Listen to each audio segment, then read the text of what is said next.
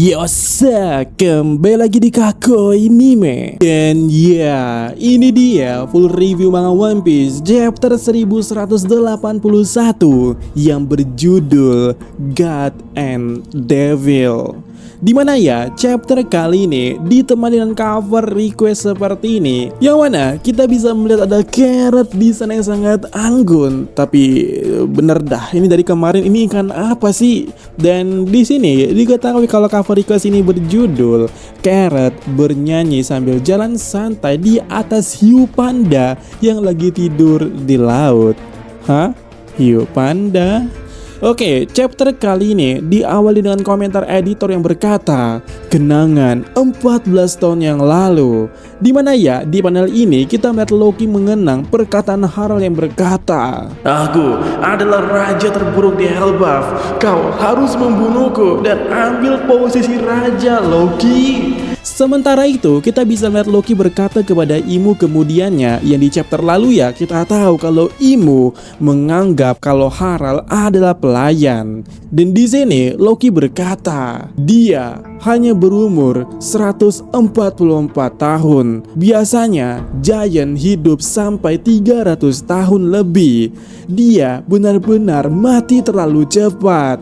Kau menipu ayahku kan? Itu masuk akal dan menjadi jawaban atas kematiannya. Tapi menariknya, di sana Imu berkata, orang yang paling menderita akibat kematian itu dan mendapatkan masalah adalah mu, atau aku ya, atau Imu ya. Tentu saja Loki yang mendengarnya di sana mulai mengangkat raknirnya seolah-olah berkata, "Lu siapa, Prui?" Dan kemudian Loki berkata di sana, "Sialan kau, waktu itu." Tiba-tiba Loki mengingat kejadian Harald yang berkata, aku tidak peduli sama sekali dengan reputasiku setelah aku mati. Yang paling penting adalah masa depan Elbaf. Benar kan? Dan Shin kembali kepada Loki yang berkata kepada Imu, waktu itu apa yang kau lakukan pada orang tuaku? Dan di saat yang sama petir datang ke Elbaf, dan di halaman berikutnya petir itu mengalir ke Raknir serta pula dengan teknik Loki yang disebut Rakna Izuchi.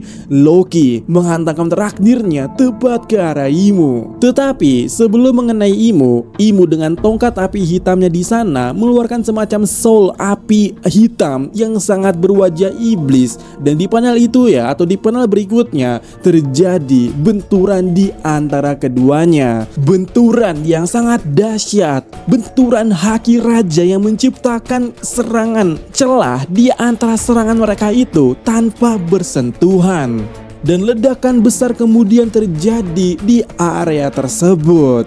Dimana ya, di halaman berikutnya kita melihat orang-orang di sekitar sekolah Warlus terdampak ledakan itu atau impact dari benturan Loki dan Imu. Kita melihat Lilith, Bone yang membawa Sanji yang tepar di sana kesulitan untuk berdiri. Sementara Jinbe, Nami dan Franky juga merasakan dampak yang besar padahal mereka berada di bukit atau di pinggiran sekolah Warlus.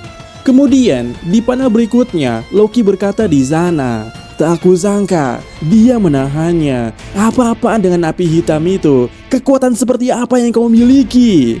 Dimana kemudiannya Imu mengangkat tangannya sembari berpose omen ya. Dan menariknya adalah tiba-tiba lengan Imu membengkak, tubuhnya seperti terpompa atau terisi sesuatu hingga seluruh tubuhnya membesar. Dan Imu bilang, omen, simpelnya ini kekuatan militerku atau mu ya. Dan di saat itu juga Loki sangat kaget melihat wujud Imu yang membesar dan berkata, apa?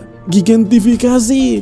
Dan kini kita bisa melihat Imu yang membesar itu dengan pose kembali dengan tongkat dan api hitam iblis itu yang siap untuk melancarkan serangan. Dan di sana juga Imu berkata, kekuatannya bersemayam dalam segala hal.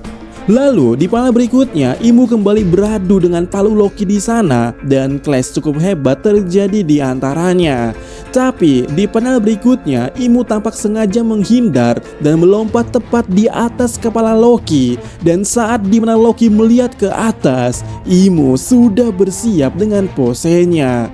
Tongkat Imu berubah jadi gagang dan bilah pedang. Lalu di halaman berikutnya, cerot, pedang utuh keluar dan menusuk Loki sembari Imu berkata pula di sana, Nemesis. Tentu saja itu membuat Loki terkapar di tanah dengan darah yang keluar dari mulutnya maupun luka di mana tusukan itu menusuk tubuh Loki. Dan di situ ya, Imu mulai yapping sambil sayap tumbuh kembali di punggungnya.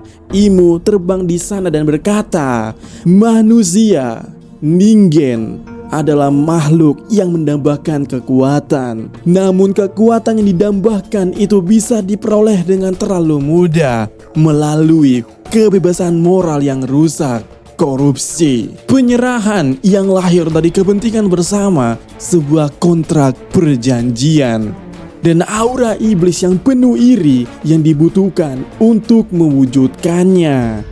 Di mana ya, di momen yang sama, Imu memutarkan tongkatnya dengan ujung api hitam iblis itu memutar dengan sangat cepat. Sementara Loki juga bereaksi, di mana Loki bangkit kembali untuk sekali lagi menghantam Imu dengan Ragnir petir. Tapi di sana Loki tampaknya tidak expect atau tidak menduga. Loki pikir akan terjadi clash benturan lagi, tapi ternyata Imu melontarkan api hitam itu tepat ke tubuh Loki. Lalu terjadi ledakan hebat di sana. Dan di momen itu ya, Imu juga berkata, ketika ketiganya menjadi satu, itulah yang disebut dominasi. Haruskah aku memberikannya padamu? Kekuatan dewa melangkah satu langkah melampaui kemanusiaan. Dan di sana Loki yang terkena ledakan batuk dan juga tetap berdiri atau bertahan di posisinya, still standing. Lalu di panel berikutnya, Loki melancarkan serangan lagi ke arah Imu. Dan di satu panel, Ragnir benar-benar berada di senti di ujung hidung atau muncung dari Imu. Lalu Loki benar-benar menghantam Imu di sana. Dan Loki juga berkata kepada Imu, tidak, aku tidak butuh tawaranmu itu. Kemudian di halaman berikutnya, benar suasana di sana menjadi berat. Loki setelah memukul Imu di sana, Loki tampak kelelahan, bahkan membuatnya duduk silo di sana. Dan Loki berkata kepada Imu, jadi kemampuan dewa dominasi itukah kekuatanmu? Tapi itu terdengar seperti perjanjian dengan iblis menurutku. Lalu dengan gokilnya, Imu muncul kembali di sana di belakang Loki. Dan gimana ceritanya bisa muncul di sana? Harusnya kan ada di depan ya. Dan dengan sangat wedannya pula, Imu berkata kepada Loki, apakah ada perbedaan antara God and evil? Dang bro. Kemudian di halaman berikutnya, Imu melewati kepala Loki dan Loki menjawab pertanyaan Imu tadi dengan berkata, mana aku tahu perbedaannya. Aku cuma tahu satu hal, aku tidak akan membiarkan diriku didominasi oleh siapapun. Tapi di panel berikutnya, Imu berkata ya, dunia itu sendiri bersuka cita dalam keadaan dominasi. Tapi menariknya adalah di momen ini ya, tiba-tiba Imu mengingat masa lalunya bersama Joy Boy. Di sana Joy Boy terlihat tertawa, tapi juga terdengar di momen itu Imu berkata, bukankah begitu? Tampaknya Joy Boy di sini menertawakan ideologi Imu, dan itu ya membuat Imu terdiam saat dia berbicara dengan Loki. Lalu tiba-tiba entah apa yang terjadi, Imu sangat marah dan berekspresi sangat aneh dan berkata, dunia itu sendiri bersuka cita dalam keadaan dominasi. Bukankah begitu Joy Boy? Dan Haki juga terlihat sangat berroar di sana saat Imu berteriak hingga sampai ke tempatnya Luffy. Luffy yang menyadarinya, tapi Luffy masih asik makan.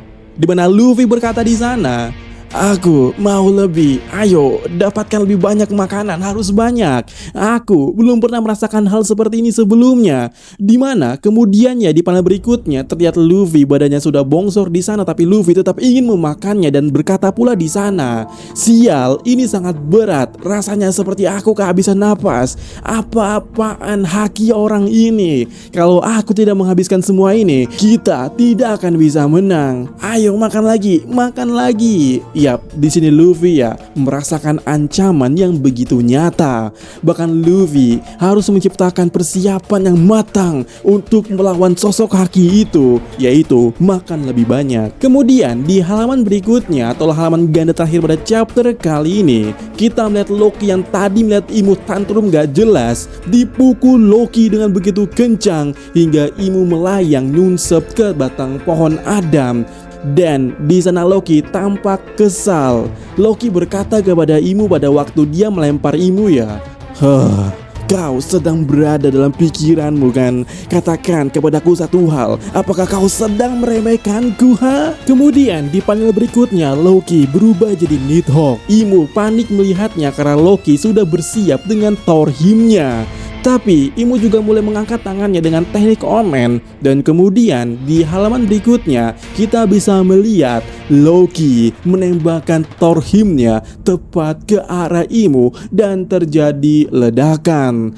Tapi kita bisa melihat di panel berikutnya Imu tampak baik-baik saja. Mungkin karena teknik Omennya itu ya. Tapi menariknya di sana adalah ketika itu semua itu terjadi, Imu tertawa melihat ke arah depannya. Dan Imu tersenyum dan berkata di dalam hatinya, "Engkau benar-benar telah kembali." Dan chapter itu ditutup dengan komentar editor yang berkata, "Senyuman tanpa rasa takut." Dan ya, chapter sampai di sini. Yang mana minggu depan seharusnya libur, tapi entah apakah akan ada spoiler awal. Dan berbicara soal spoiler juga, kalian pasti sudah sadar apa yang saat ini sedang terjadi kepada para leaker. Mereka mulai diburu, bahkan mungkin ada yang sudah tertangkap. Dan kalau berbicara hal menarik pada chapter kali ini ya, sebelum kita akhir video kali ini, sepertinya ada satu hal yang mungkin akan jadi fokusnya, yaitu soal wujud Imu ini ya, yang bisa membesar. Apalagi bentukannya itu membesar tanpa perubahan wujud, artinya Imu membesar secara ukuran. Dan berbicara hal ini, sebenarnya sudah ingin kukatakan semacam teori ataupun semacamnya di beberapa hari yang lalu pas spoiler masih bergumang ya. Dan berikut adalah pernyataan diriku yang mungkin kalau ini adalah wujud aslinya Imu. Dan ya, sampai di sini sebenarnya sudah bisa dipastikan kalau wujud ini adalah Imu. Maksudku, ini adalah wajah asli dari Imu dan ini benar-benar wujud aslinya. Walaupun begitu ya, kita tetap butuh konfirmasi di versi raw-nya, karena di spoiler disebutkan kalau Imu itu membesar. Dan apa yang perlu dikonfirmasi? Yaitu, apakah saat Imu membesar itu terjadi perubahan wujud atau tidak? Atau justru Imu hanya berubah ukuran saja tanpa ada perubahan bentuk sama sekali? Dan kalau jawabannya adalah yang kedua, Imu hanya berubah size atau ukuran tanpa berubah wujud, maka teori-teori seperti wadah, hybrid dan sejenisnya harusnya udah bisa kita buang jauh-jauh ya. Karena dengan kemampuan Imu memanipulasi ukuran tubuhnya, banyak hal yang jadi masuk akal. Kenapa saat dikasih Aurus, terutama di puncak atasnya itu ya, Imu terlihat sangat besar, tapi ketika di desa barat ukurannya jauh lebih mengecil, bahkan tidak sampai sebesar ukuran giant normal. Sementara selama ini kita tahu kalau Imu sering terlihat kecil di Marijoa seperti manusia biasa.